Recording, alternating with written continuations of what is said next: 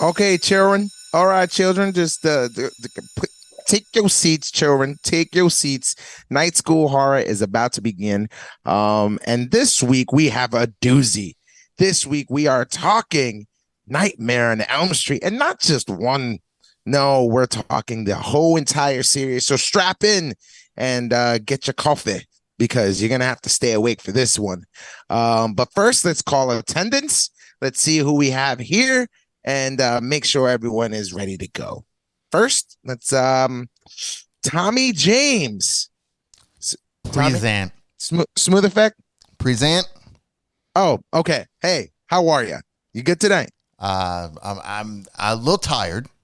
Okay. A little sleepy. So I did 2 lines of cocaine. I have a coffee with me, and I am ready to rock and roll. Wow.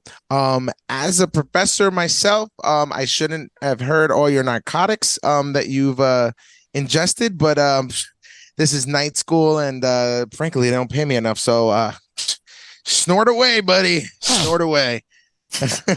Next, we have Hot Ace. No, I mean Sabrina. Sabrina Ace. Here. Oh, I'm here. oh, hello there. How are you tonight? I'm a little sick, but we're powering through it. COVID. Okay. And everything is great. COVID. You're not using any of Tommy's Coke, are you? No. All right, good. I feel like it might that help would you. It might make me a little jittery. open up your pores Yeah. a little bit. Well, honestly, if you're stuffy, I mean, I think it'll clear your nostrils. So It'll help you. It'll anyway, clear it temporarily. temporarily. I mean, but that's all you need, really. Well, all right. We are all here, and I'm Mr. Malave, aka Matthew Malave. I will be your professor of the evening as we indulge ourselves and we take ourselves through this wonderful series of Nightmare on Elm Street. And first and foremost, I want to say thank you. This is a great medium for me to just express and exercise some demons when it comes to the Nightmare on Elm Street, because anyone who knows me knows that I love me some Fred Krueger. All right. Let's just dive down in the deep end right now. Let's talk about the first movie, because without this one, we wouldn't have all the others. Avi, right? So it comes out in 1984, starring Robert Englund. Johnny Depp is a nice supporting character in there and everything else too. Do we really need to go through the whole cast? No, we don't, because it doesn't matter. Most of them die. All right. So What right about off the Heather? bat, we're talking about a psycho killer.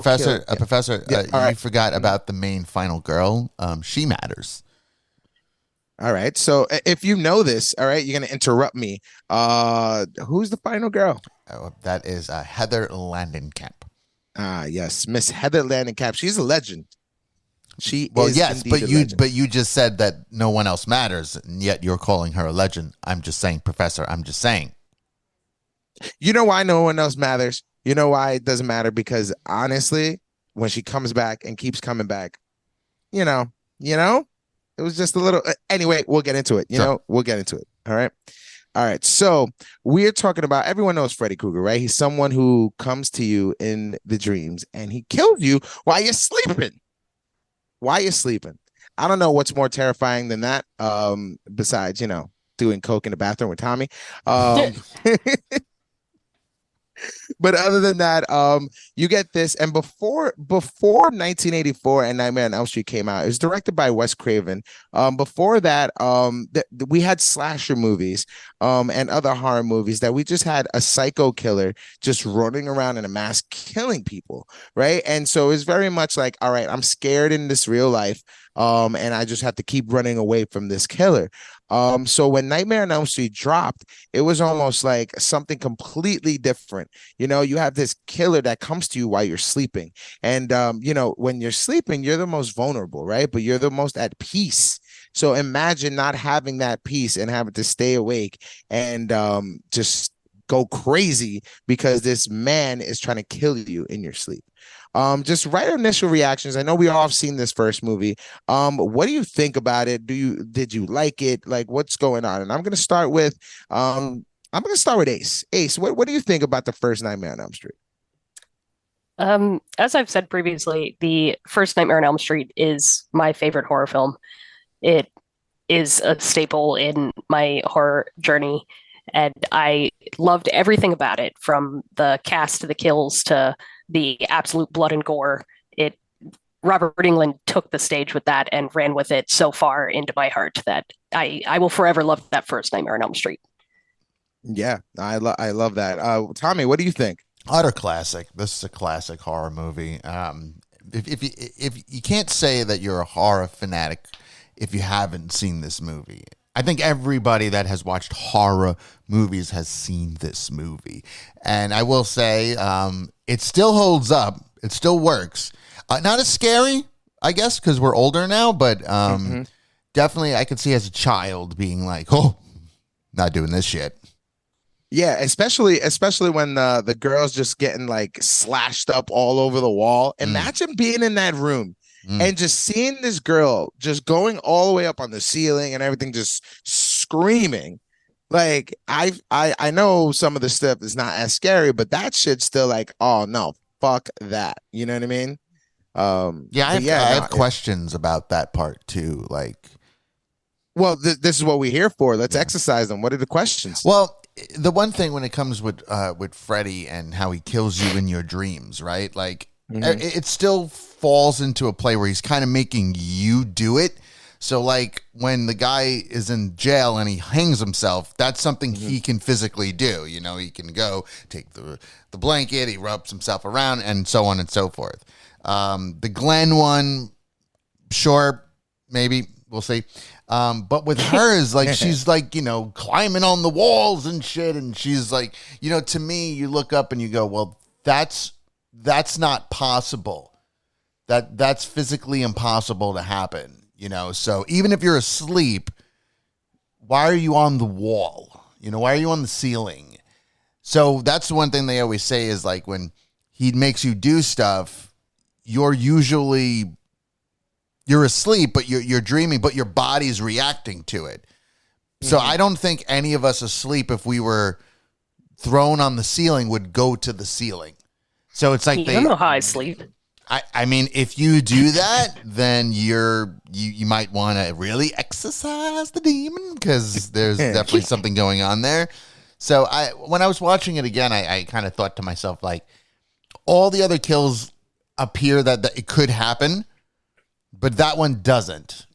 Even Johnny Depp getting sucked into his waterbed. It depends. Yeah. And then just a whole bunch of blood. But that's another one that made me sit there and think to myself, like, okay, you falling into the waterbed, maybe you drowned. The water spurting to the blood and the water spurting to the top. Supposedly they were supposed to show more, and they ended up not. It was you actually supposed to see him come out, like, of the bed. So Freddy. No, Johnny Depp. Okay. And then he was going to, like, flop over or some shit. So, but Wes Craven decided not to do it. So, I don't know. Yeah.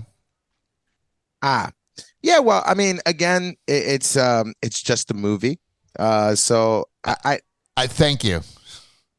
I understand it's just a movie. but like it's. I feel like throughout the whole entire Nightmare on Elm Street like series, there was I mean, it gets ridiculous, but like there are those moments where it just like you just see Freddy or don't see Freddy, and he's just kind of manipulating you. You know what I mean? And I feel like for the most part, it was he makes it look like accidents or they done it to themselves when I guess when he has to like keep raising fear. You know, and I feel like with the girl being all over the wall and shit like that, and Freddy was kind of like there, as you see, you know, back and forth. I think it was to freak the hell out of the boyfriend for him to start like being so scared, and then that's why he's like the next victim. You know what I mean? And I feel like that was just the calculation behind that, you know, and which if we fast forward to another sequel, when he's kind of like marionette puppeting someone, and then he falls off the building, you know what I mean? That was more of just like, oh my God, like someone just killed themselves when yeah, because you would think that's actually, you know? Yeah, you would think that was like suicide. And he was a sleepwalker too, so right. It connected. It made sense. You were like, okay, that works. That kind of makes sense. Yep. And one other thing, and we're gonna like now that we're talking about some of like the sequels and everything else, we're gonna get into the sequels. But the last thing I'm gonna say about the first one, is the fact that the last scene when Nancy and her friends get into the car, and then you see the whole thing drape over, and it's the stripes of Freddy Krueger. And then the mom gets sucked into the door. Originally, that wasn't the ending. Did you guys know that? Mm-hmm. Yeah, so originally it was supposed to just be Nancy getting into the bus and then kind of just striding away happy ever after. But the producers kind of wanted to leave it open ending for the sequels.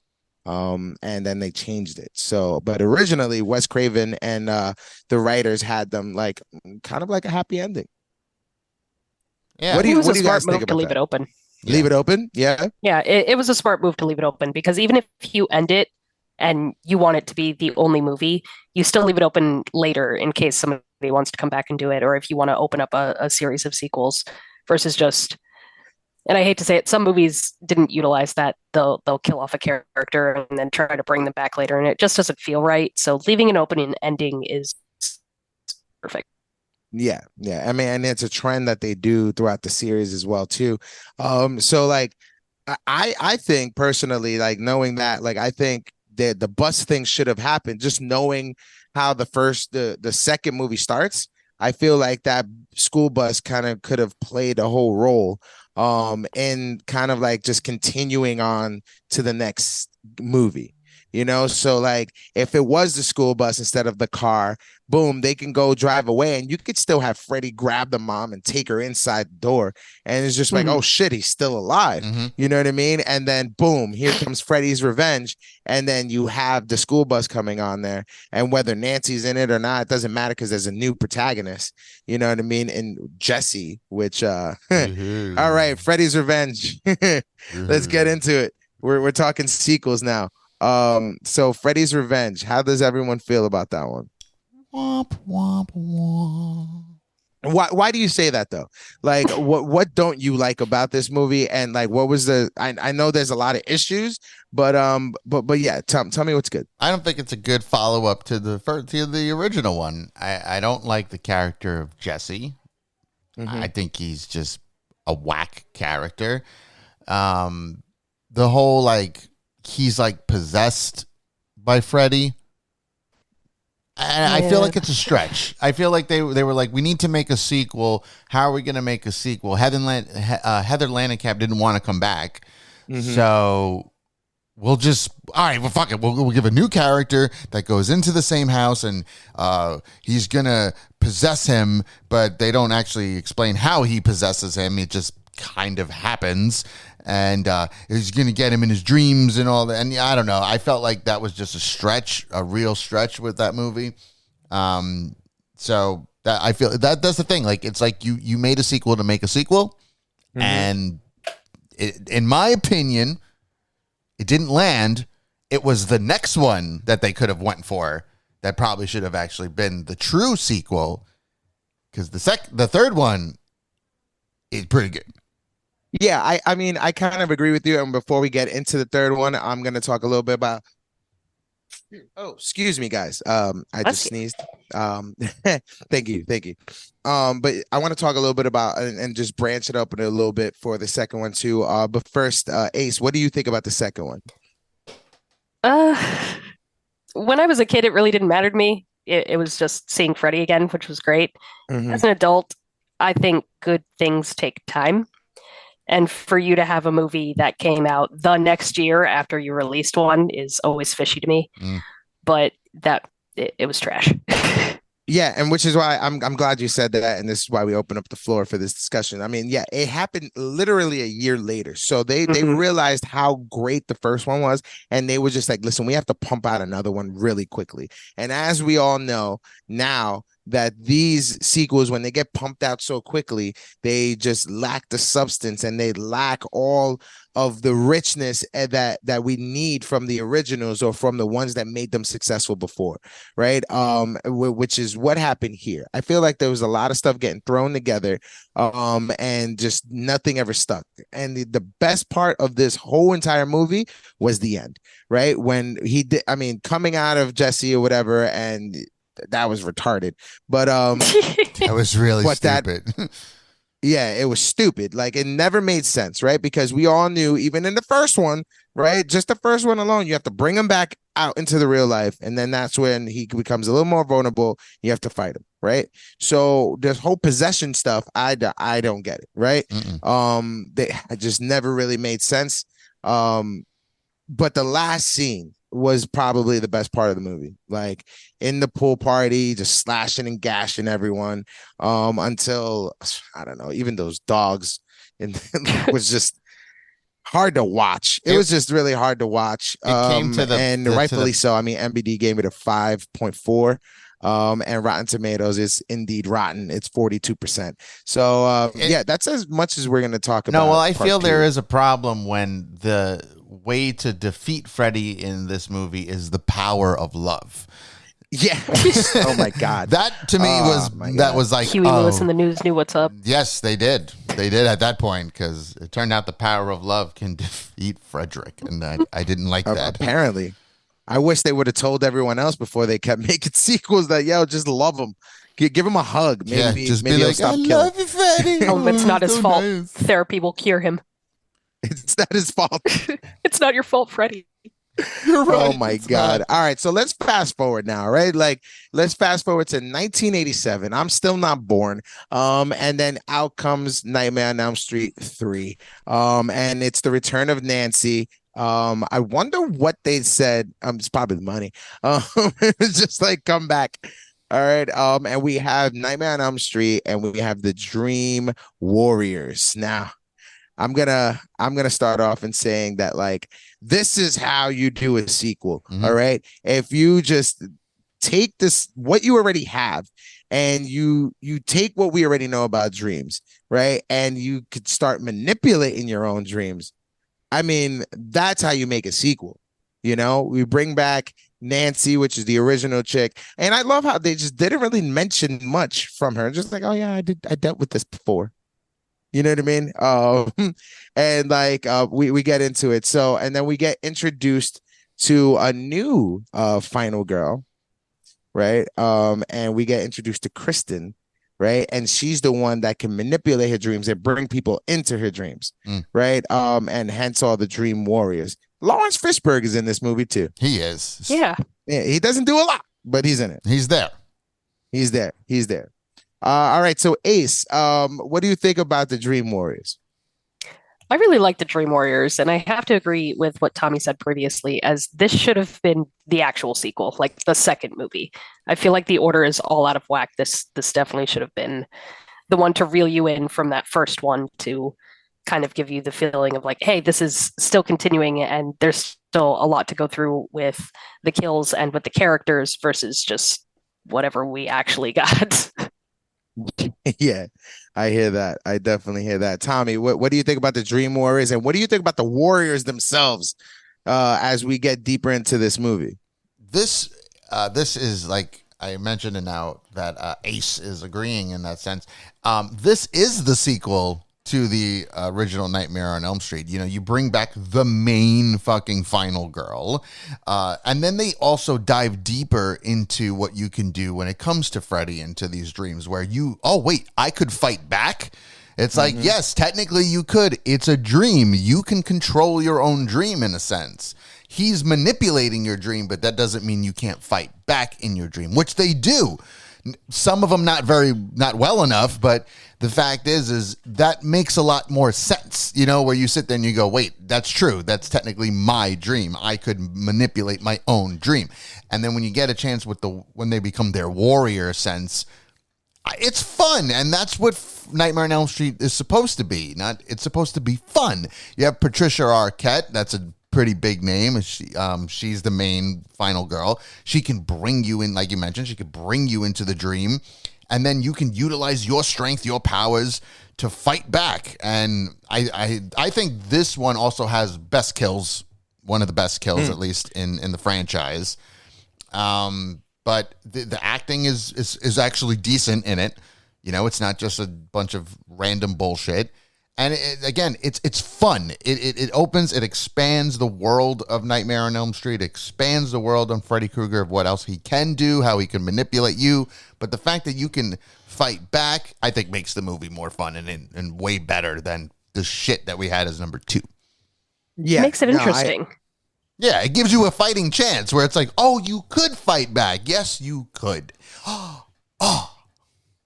And boom, and you could fight back in his realm, right? Because that's the thing. It's like you're not safe while you're sleeping. And it's just like, well, no, we can manipulate this shit. Let's try to survive, you know.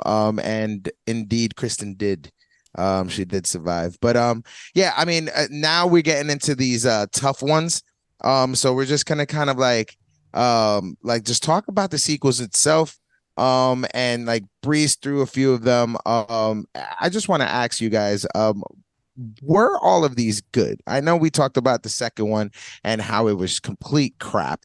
But then three was great. What about like 4 and 5? We're gonna get to like Wes Craven's New Nightmare in a little bit, but like, what about 4 and 5? Like, what do you think they were good sequels? Do you think that it hurt Freddy's legacy at all? And yeah, what is your opinion? Not 4. 4 was fine. I enjoyed Okay. Dream Master. I thought that was interesting too. Again, another way to fight him. That's okay. I'm not a big fan that they had to kill Kincaid and they had to kill Johnny. Like, I didn't like that because it was like, then you might as well have killed them in the third. They killed Christy or Krista, whatever. They killed her. Kristen. Wasn't Patricia Arquette. Obviously, yeah, it wasn't. They because, recasted her. well, they might as well. She was probably like, I die? No, I'm good. And she was die done. in the first 30 minutes? No, I'm all right. No, I like the fact that, like, you know, when they do die, their like powers kind of go into what was her name again? Alice, right. They go into Alice. So I kind of thought that was interesting. Again, the fact that you have somebody that can actually challenge Freddy makes it more fun. So again, I Dream Master, I'm cool with, and I can watch that one. I think it's a perfect sequel to Dream Warriors. Then you move to Dream Child, and then we hit the fan. And okay. from here, we never go back up. We just are on a fucking slippery, but you know what I'm saying. Slippery slope. Slippery slope. So the only thing I'm gonna say, no, go ahead. I'm sorry. I'll let you finish. Well, that was it. That's all I wanted to say. Yeah, slippery slope. Yeah, I couldn't get the word out. I couldn't get it out. The only thing I'm gonna say about the Dream Child, and I think I said this off air. It's actually it's one of my personal favorites. It's not my favorite. I know how shit the movie is, but there's some good things in there, right? The fact that like she's not scared, Alice is not scared anymore, and like she's over it, you know. And then Freddy finds a way to kind of like use the baby's dreams. I thought that was a good concept. Didn't really hit the mark, but there was some great backstory telling with like his mom being, you know, a nun and being raped by all these psychopaths in the asylum, and that's why he's all like Freddy was all fucked up when he was alive and growing up and all that other stuff. Like there was some good points in there that kind of like fueled Freddy's legacy, so backstory, so we know a little bit more about this psycho and why he did what he did when he was alive, and you know, also why he was dead, you know. So there was a few things in there that were kind of good, but other than that, like there was a kill or two that was good, like when he kept feeding the girl that didn't want to eat, and then she got all fat, and then she was like gets up and starts choking, and then slams herself on the table, and then she dies. Like there was things that were good about that, you know. And we'll get into all our favorite kills in a little bit, but yeah, that's all I want to say about that. 4 was okay. I really loved the ending when Alice was just beating the hell out of it. It was almost like an action-packed like final scene, you know. And they're in the church and they're just like she's kicking the shit out of him. He's jumping around. Like it was fun. 4 was fun. 5 was a mess. And yeah, like Ace, what do you think? What about these sequels? So 4 was fine.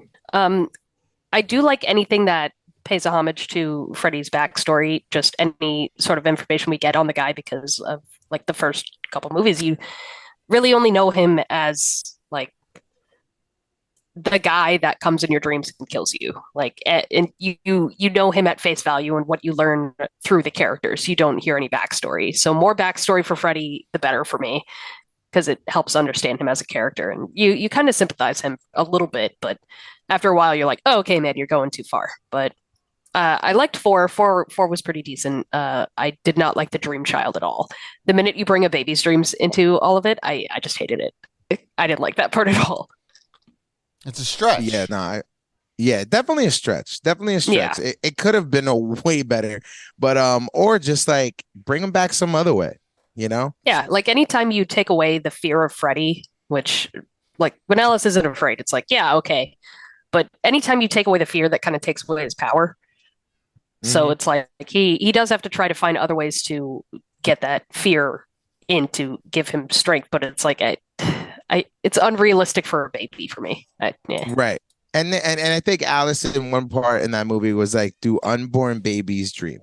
Right. Yeah. And then out of nowhere, the doctor was just like, yeah, there are times when they do. And you're like, No, they you don't. sure? Yeah. Like, are you sure? They probably don't. Even if know, they and do, then- why does that dream matter? Because their brain is the size of a walnut still. Right. It's not an And- in-depth dream. It's not Yeah, like how they can dream elaborate of is places that? they haven't seen. Right. So they probably dream in like sounds.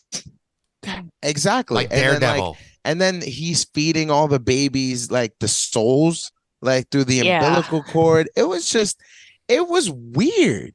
Like It was weird and off-putting. It was very weird. And then like the kid came out like, and he had like Freddy's face in a way. Like it was just, Yeah.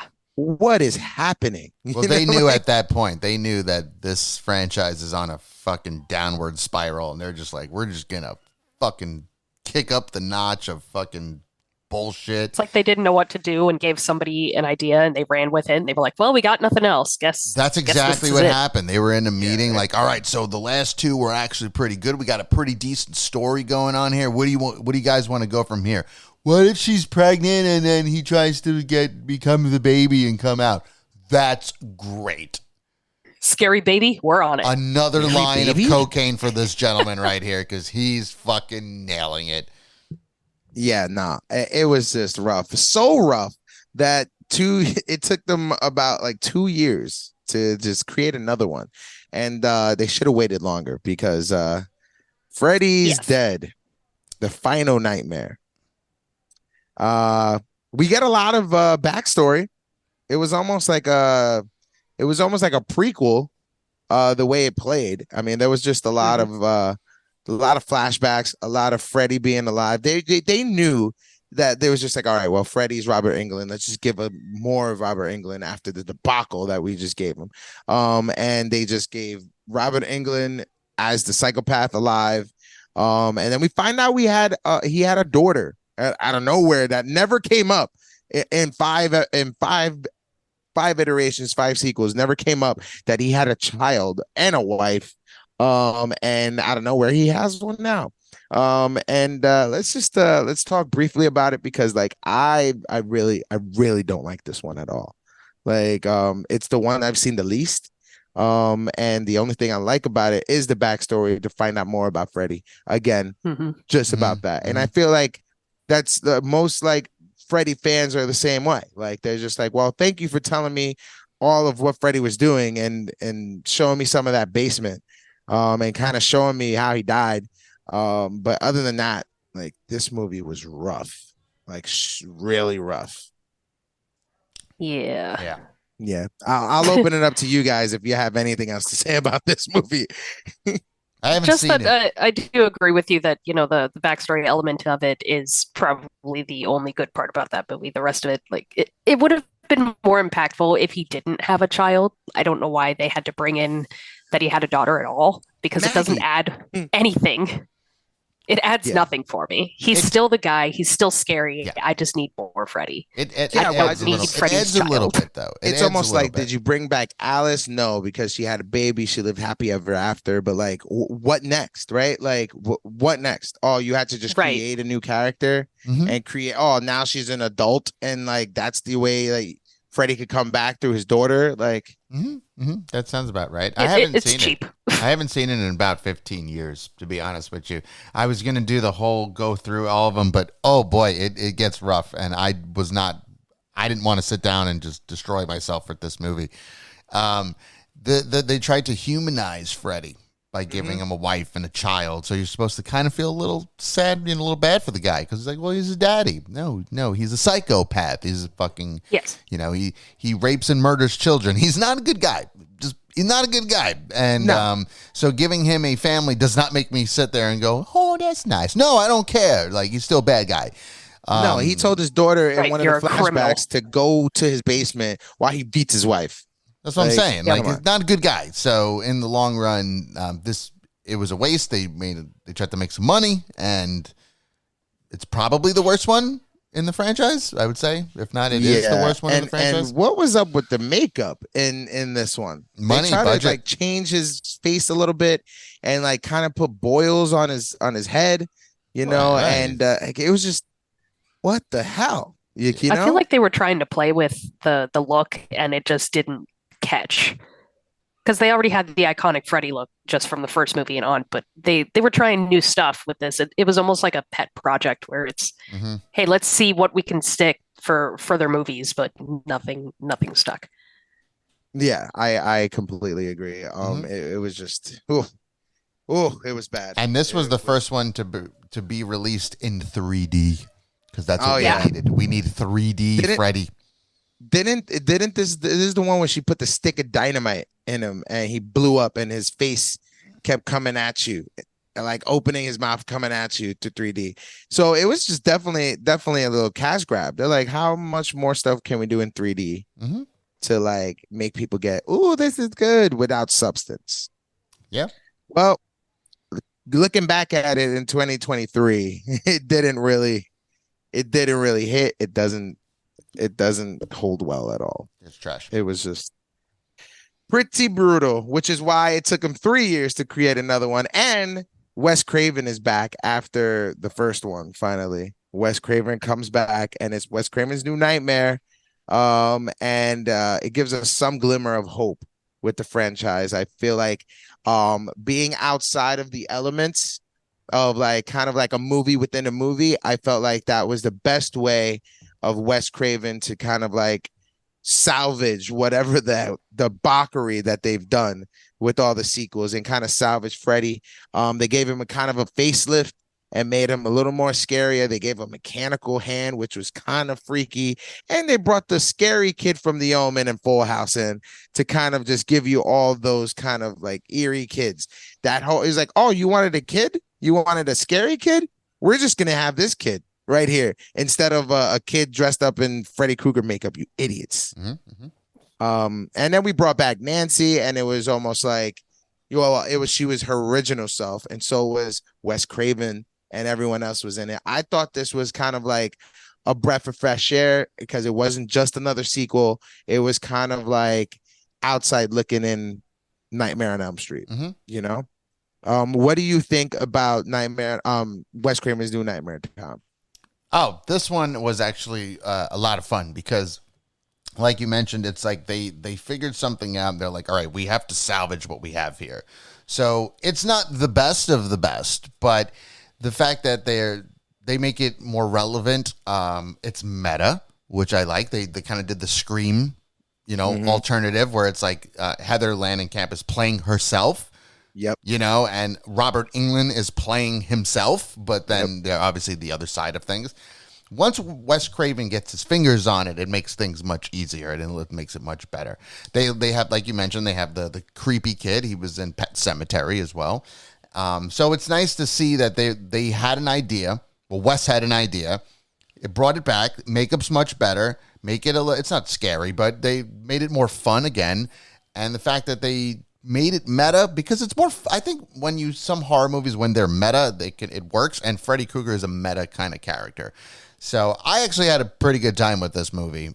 It's definitely the top 3, my opinion, when it comes to the best Nightmare on Elm Street movies, because it's a welcome back to the franchise, I would say. Welcome back, Freddy.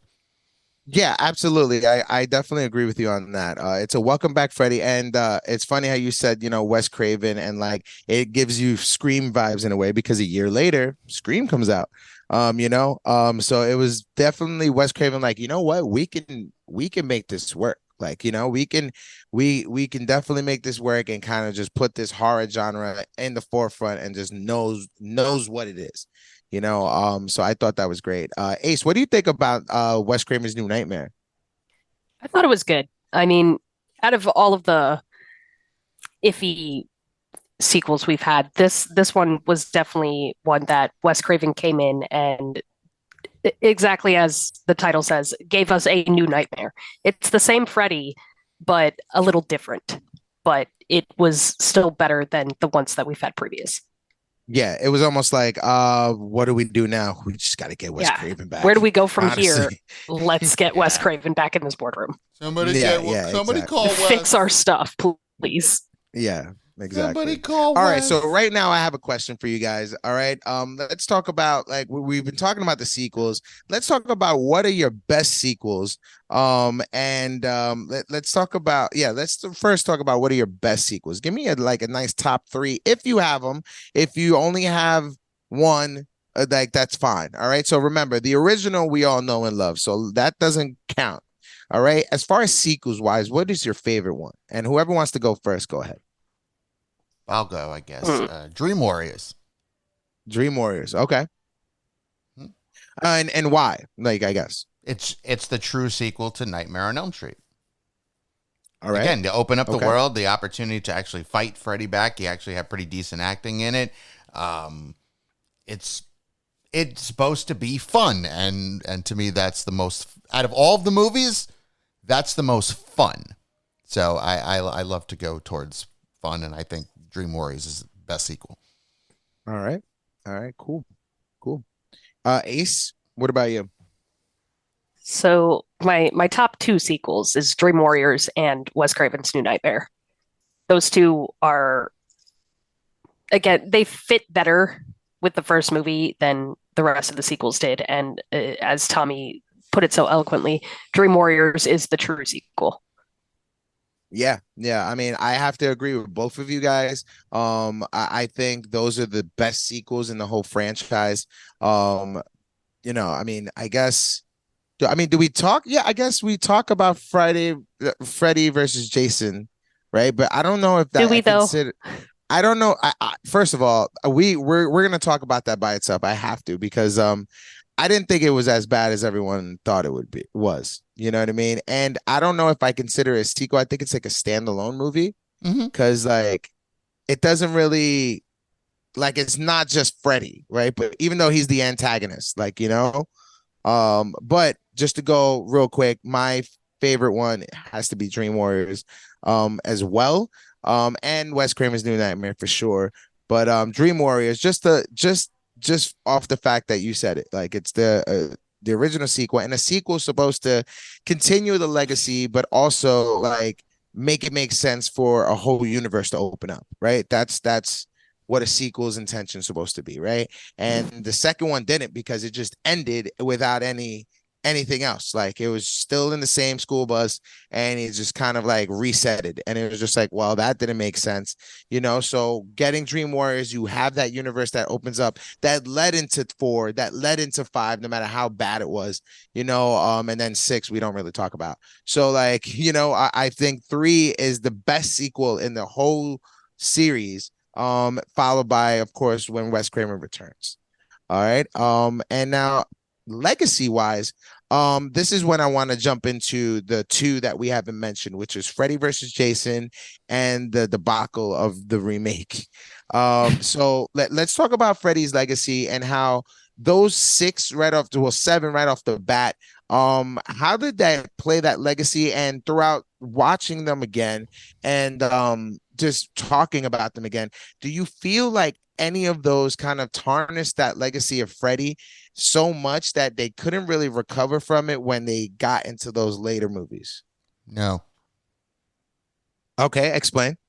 Okay. Well, starting with Freddy versus Jason, as you mentioned, like Freddy is the main antagonist, right? Mm-hmm. So Freddy's the big deal in that movie. I know, obviously, when Jason, comes into play, he makes it clear that he needs Jason, and he's using Jason just to make them remember me, not you. They're gonna remember me. So I feel even though Freddy is the first name on that title. Yes. So it's still Robert Englund. He's still doing his thing. He's still a beast in that movie. He's funny as shit in that movie. So I don't think that tarnishes his legacy.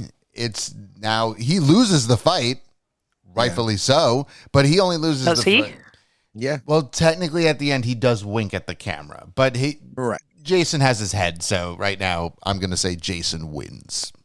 Yeah, like if you're talking Mortal Kombat like stuff, like he won the third battle. Like he won. I think he won, at least for that point. But I don't think that movie tarnishes any legacy. Again, that movie people that take that movie serious are fools. That movie is supposed to be just a grand Yes. old fucking time. Have a good time watching people get killed. You got two legacy iconic characters going one-on-one. At first they're teaming up technically, and then they're going one-on-one against the great one. So it's a fun movie. I don't think it's shit. I think it's a good time. And then the remake, I don't say it tarnishes his legacy because it's not Freddy's fault of that movie. Again, the casting was a perfect casting to have it. You had Jackie Earle Haley, and Jackie Earle Haley was just coming off of Watchmen as Rorschach, and he was perfect for that character. The only issues was, number one, he's a little too short, so when Katie Cassidy is way taller than you, that's probably an issue. He embodied Freddy very, very well. He was funny. He didn't have too many quip lines, but he did have a few of them, and they did land very well. The backstory on Freddy, I think the issue with that movie, besides the fact that it was a disaster in a sense, they tried to again humanize Freddy because they tried to make it clear, like they were like, he was innocent. No, he's not. Come on, like you really, he's an innocent man.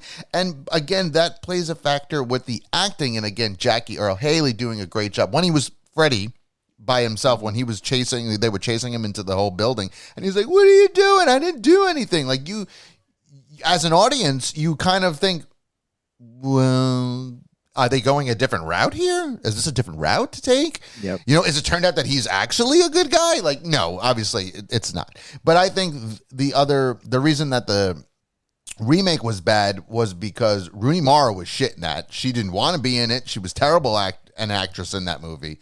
So I don't blame Freddy, and his look isn't his fault. That's the studio's fault. So right. I don't, and because the question is, did it tarnish Freddy's legacy? No, it's the studio's legacy that fucked up there, because that's New Line Cinema, and they've been pretty quiet ever since that movie came out, because a lot of people were like, this is bullshit. You tried Friday the 13th, which was fine, and you tried this shit, and you made a mistake. So I don't say it tarnishes Freddy's legacy, because he'll always be a top-notch, iconic character, but it tarnished the studio's legacy. And New Line Cinema I don't think they've really come back from this. They tried Power Rangers, they tried all this shit, and they've still been on the bottom. So I think they're hurting right now. That's well said, Tommy, actually. Very well said. Good shit, bro. Like, that's all I would say. Thank you. Rotten Tomatoes gave that remake a 14. So I'm not surprised. And I bet you if you read most of those reviews, it's going to be the same garbage of just, it's not Robert Englund. That is not the point of the movie. It wasn't going to be Robert Englund. He's an old man now. He's still top notch, but he can't live forever, So eventually, Kevin Bacon said he wanted to be Freddy Krueger. I would love to see that. Yeah, I mean, I feel like different casting for sure. You know what's tough about Freddy Krueger, right? And it's the fact that like Robert Englund is Freddy, right? It's not like Jason or Michael Myers or Leatherface, where they have a cover and even their stature is just like, just get another big guy. You know what I mean? Hmm. Freddy Krueger is Robert Englund to the point where anything other than him, people are gonna have a problem with it, you know. And honestly, I'm kind of like one of those people. As for when the remake first came out, I was just hyped to get another Freddy movie, and then when I got the casting, I was like, okay, let's see what happens. The minute the minute I saw the CGI or his makeup, I was just like, no, that is not it. You know what I mean? Because if you're gonna recast, then recast, but then make it look like he actually burnt, like he was a burnt face, you know, and make it look kind of similar. They wanted to do something completely different. And it's like, you're not changing Jason's iconic mask, right? You're not changing Michael Myers' iconic mask, right? No, you're not. Keep makeup kind of similar. Just, all right, you have a different actor, right? But again, like you said, Tommy, a lot of the people's complaints was it's not Robert Englund.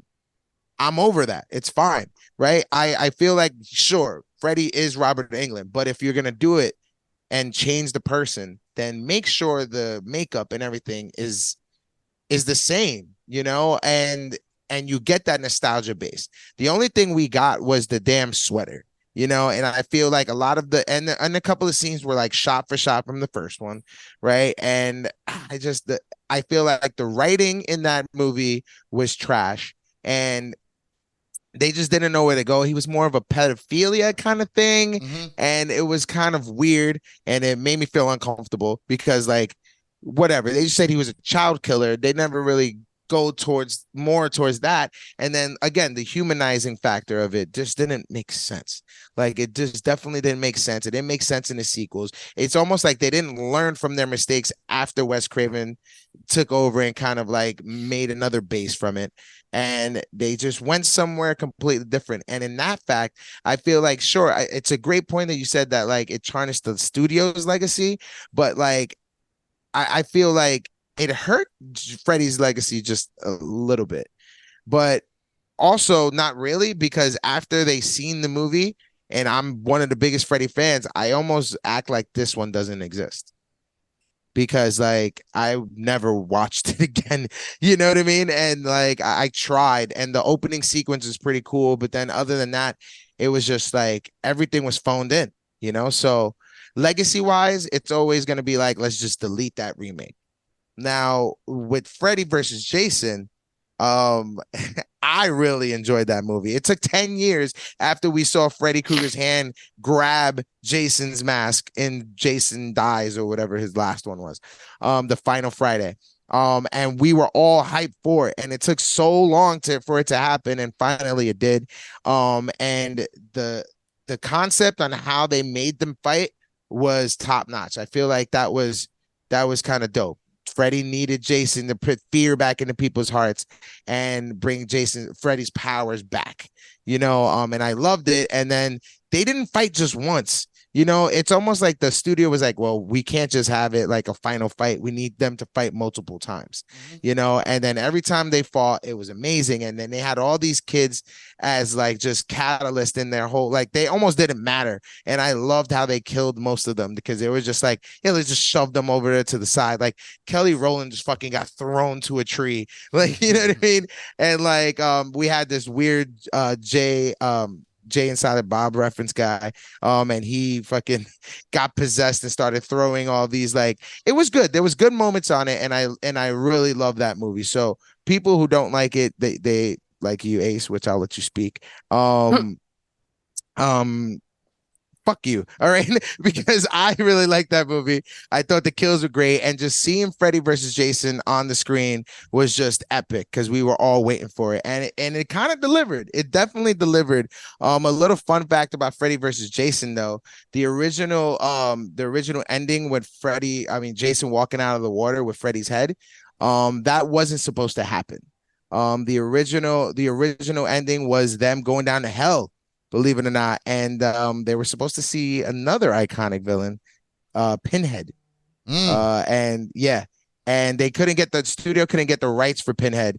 And Pinhead was just, they were gonna see it was like, so what seems to be the problem here, boys? And then it ends. So then that way we would have gotten Freddy, Jason, and Pinhead in the movie, which would have been insane, but the studio couldn't get the rights for it, and we got the ending that we got. But yeah, I think Freddy's legacy is still well and strong because it lives in us, no matter how bad some of those sequels was. I feel like Freddy is just one of those iconic guys, and it's because of Robert Englund, as we see in the remake. So I think Freddy's legacy is okay. Ace, what do you talk? What do you think? So Freddy's legacy is so tightly bound that it's hard to break. Like just from that first movie, he created such an icon, such a legacy for himself, Robert Englund and Freddy, that it really can't be pulled apart. It could have its moments where you go, this isn't what we refer to, but you're still referring to the legacy that he made. So when we say for the new Nightmare on Elm Street that, oh, it doesn't hold up to the legacy still stands. Jackie Earle Haley was trying his best, and he was a great actor for that movie. They really shit the bed when it came to the writing. And the makeup really irked me because, as you had mentioned, instead of making it the same, instead of doing the same thing, you could do better. But they didn't do better and they didn't do the same. They did this weird middle ground of what even is that? Yeah. I hated the makeup. I hated the way his face looked. And that's not discrediting Jackie Earle Haley at all. It's just discrediting the network, the studio, as Tommy put it.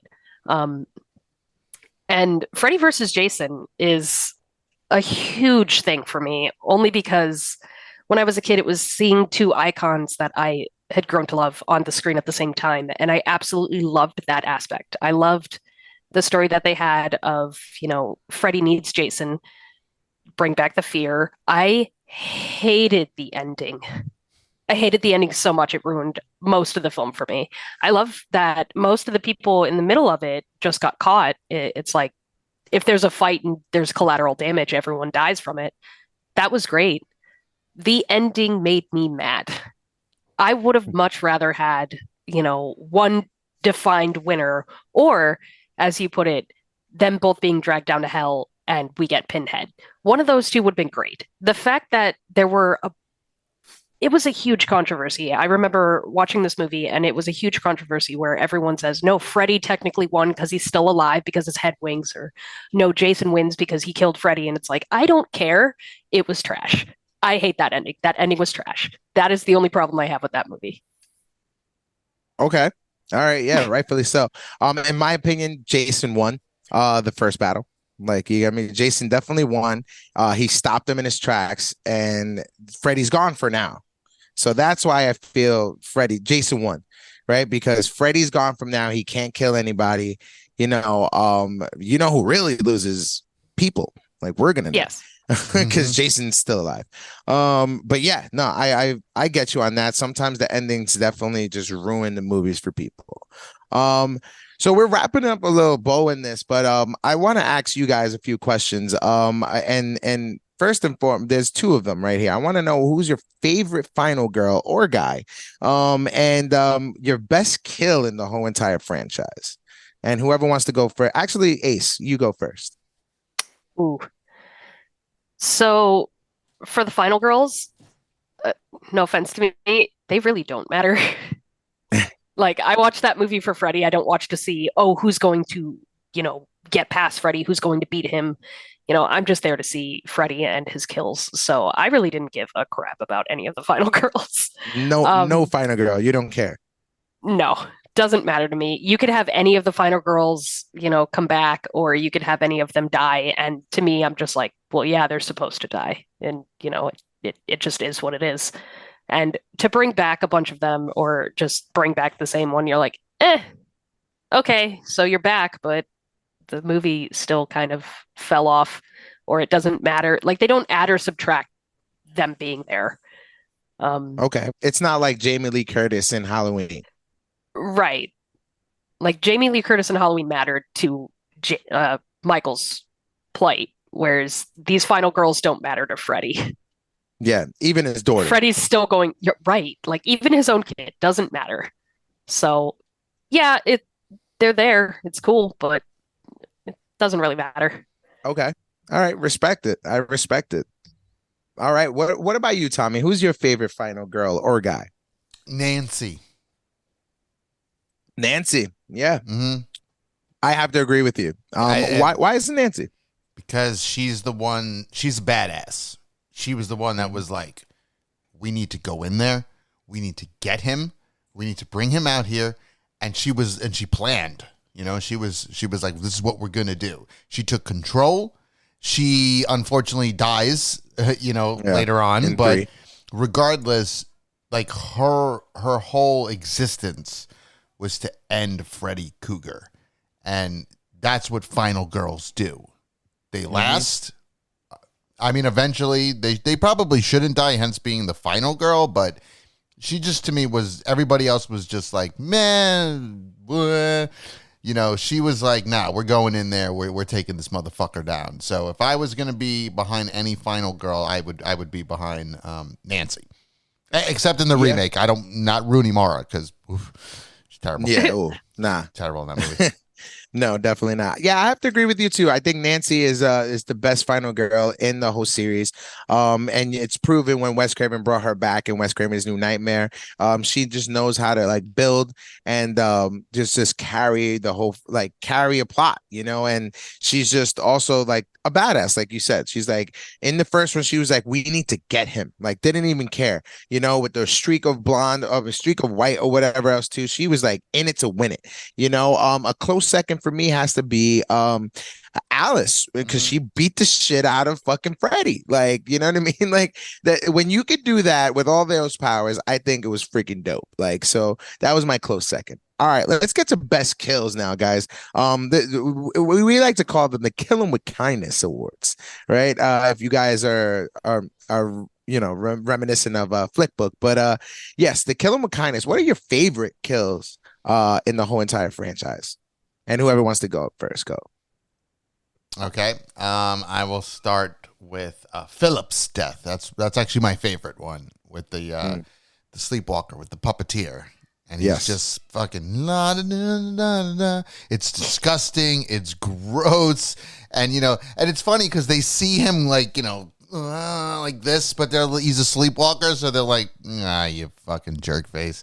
And it's one of the best ones because it's simple, it's easy, and you can't sit there and be like, Freddy was doing it. What are you talking about? That man purposely leaped off that building. He killed himself.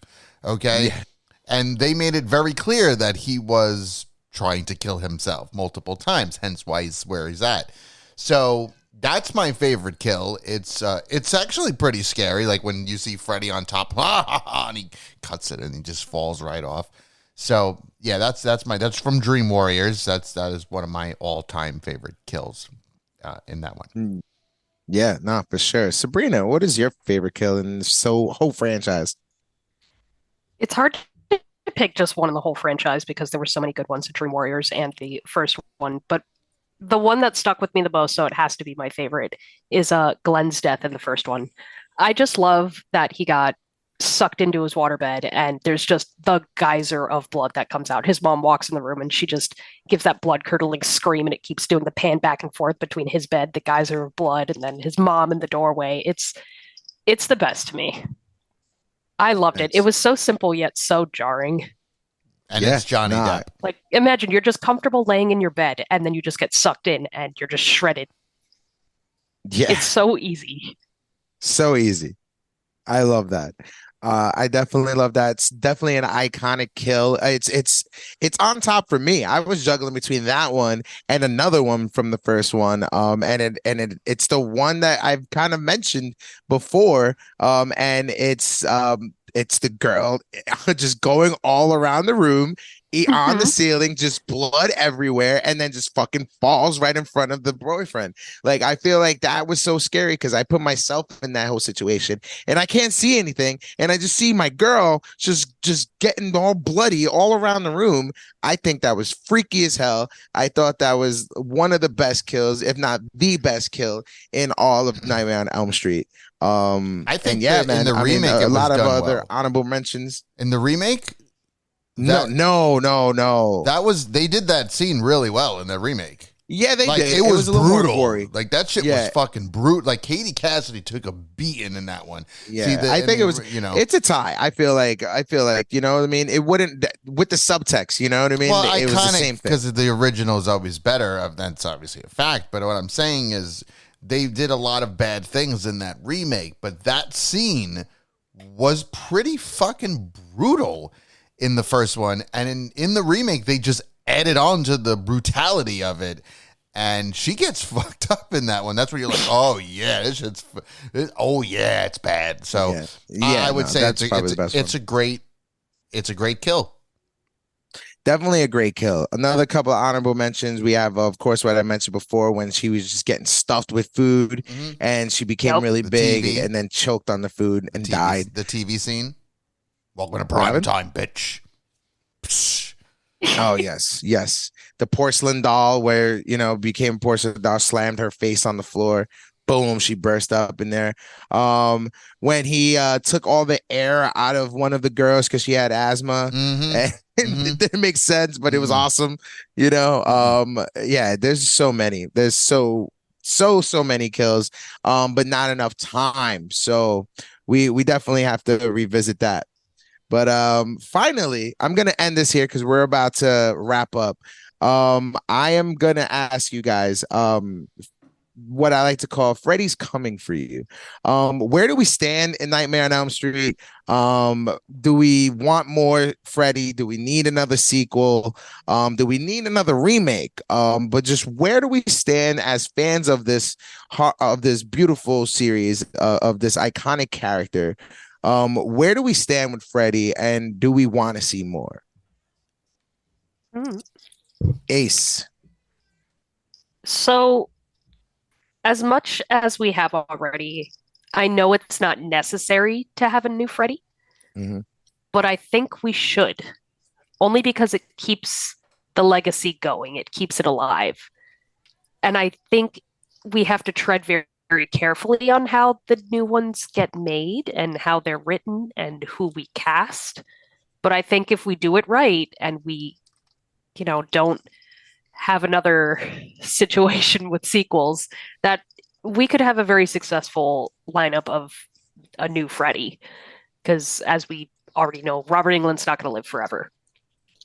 But I think keeping the fear of Freddy alive is something that I would like to see. I'm just very trepidatious about it. I hear you. We always want more, but we're always scared that it might tarnish the legacy that we say are still intact, right? Yes. I hear you. Tommy, what do you think? I think we need something. We need to continue on. We need to show that the franchise can live on even without Robert Englund.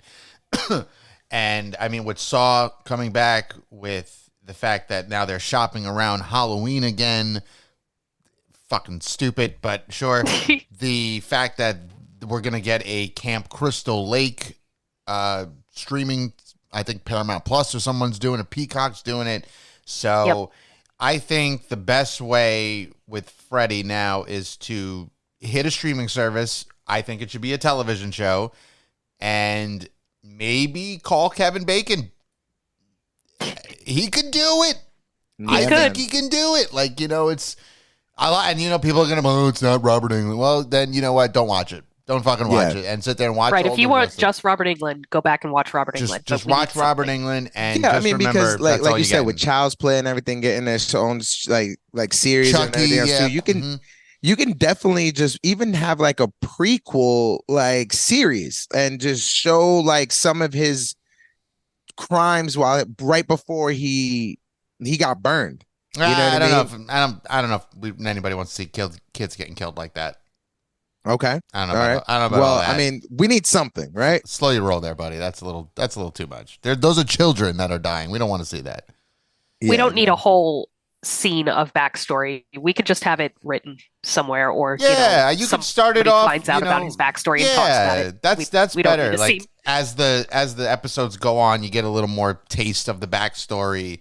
But we don't need a show that's the backstory. Like Nah, that's Yeah. that's Tell me, don't show me on that part. Yeah, that's a little too much. I know it's normally show me, don't tell me, but it's And on that nobody part, would just go tell for me, that. don't show me. No streaming service would go for that. They would be like, absolutely not. We are not showing murderous kids getting murdered, because they would have to. Because if you tried to, they would do have to. off-scene, like off-screen things, it's disturbing. It's too. Well, the world unfortunately is different nowadays. You know, you're not going to see when a kid gets killed in a movie. That's a shock. Like, dude, this movie's not playing. Shit's going to go down. But if he killed a lot of kids in gruesome fucking ways, He's not a good person. We don't need to see that. We know the story. How about we just you can make new characters, and he doesn't have to be Nancy. You don't have to do a Nancy thing. That's different. That's Robert Englund's fucking Freddy Krueger. Let's create a new nightmare or something and go from there. And you can really, it could work, because with the technology nowadays, you can still use actual prosthetic makeup and everything. You don't have to go CGI. Yeah. Usually the budget is lower, so you can go that route, unless it's Stranger Things. Stranger Things gets a movie budget, but you can send it to HBO Max. You can send it to, I don't think it should go to Netflix, because Netflix will fucking push it in the dirt. You want a streaming service that'll take it, that'll be able to try to hold it for a bit, because Netflix will probably cancel it after 2 years. Yeah. So Peacock might work out. You got to see what happens, though. We got to see what happens. Like, look at Scream. When Scream went on MTV, Scream lasted for a bit. You know, and it worked. It was weird, but it worked. So I think that's the best route to take is take it to a streaming. So it could work for any horror movie. Fucking Chucky's on season 3 right now. Yeah. And it's still Brad Dourif, so you're still good. Yeah, I mean, I agree with you. I feel like one of the best ways to do it is a TV show, and just like recast. There's so many ideas that we can, kind of spew out, and just have it going. And we can introduce like modern technology and like, Zoom and just everything else, social media, everything in the aspect, just bring it more modernized, and it can work. It just needs a good script, a good director, and a good vision, right? But also, guys, I mean, I know Robert Englund's getting old. He's 76, right? One more. Fucking one more, man. Just deem it one more. And just give us, like, he was in Stranger Things last season. Like, so we know he can still go. You know what I mean? And so, like, with all the technology and stuff like that, it doesn't have to be so demanding as the old ones were. Just get him in the makeup, have him in a bunch of the scenes that we need to, and just like take care of the man. He's a senior citizen, you know what I mean? But he can still do it. I know he loves putting on the makeup and love being Freddy, and I just say, why not? As the big Freddy fan, why not? He's still alive. Let's just get one more go at it, man. Get one more go at it. And that's where I stand. More in him. Yeah, I like that. I think he does. I really does. I really think so. I agree. Yeah. All right, people. Well, night school horror. We went a little over. I know the bell hasn't rang yet, but I made a few calls to the dean. I gave him some of Tommy's Coke, so he was like at bay. So we just had to get in those rest of those things for Nightmare on Elm Street. So before I let you guys go off and enjoy the rest of your night, just some final words on Freddy, like if you want to close out with anything, any of you guys. Honestly, still the best of the best to me, always will be. Robert Englund was out to play a part, and he made that part so iconic that nobody else could really touch it, or it's difficult to. So props to him, and I'm excited to meet him at Spooky Empire. Oh, lucky. So lucky. Tell him we need another one. Oh, I'm going to ask him if he's got one more in him. Yeah, that's it. Just one. Just one. That's it. Just one. I love that. Tommy. I just want to see more. I want to see where the future leads. I mean, we got Saw X that's right now out. Tobin Bell came back to do it. Anybody can come back. Just like you said, one more. Let's go one more. He could do one more. We can give us a true sequel. How about that? That? Take away Freddy's Revenge and give us a true Nightmare on Elm Street sequel. he doesn't have to be in the movie that much either. Like you said, he's older now. We don't need to de-age the dude because it's makeup, and just let him rock. Let him have a little fun. Yeah, let us get a true Freddy's Dead. How about that one? Sure. Use Robert Englund to pass the torch. To Kevin Bacon. To Kevin Bacon. to somebody in maybe Kevin Bacon. I'm going to go with Kevin Bacon. Perfect cast. I think it's either Pierce Brosnan or it's Kevin Bacon. It's definitely not going to be Pierce Brosnan. Can you imagine? That's a good looking Freddy Krueger right there. That is just like, yeah, am I attracted to Freddy right now? You can sit there and be like, wow, this guy's in really good shape. Can you say shaken, not stirred real quick? Oh my gosh. He does it with his nails? Yeah, yeah, he just stirs it with his nails. Just ching, ching, ching, ching, ching, ching. Thank you. Definitely do. Oh my God. He's got an accent. Yes. Yeah, man. All right. Well, all right. We're done with class.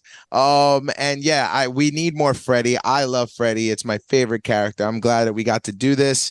And it was a great class. I hope you guys had a good time with it as much as I have. Ace, we'll see you soon. So Smooth, we'll see you soon too. And I feel like the only way to end this class is with a nice little lullaby. And you all know which one it is, so sing it with me on the count of 3. Okay. 1, 2, 3. 1, 2, Freddy's coming for you. 3, 4, better lock your door. 5, 6, grab your crucifix. 7, 8, better stay up late.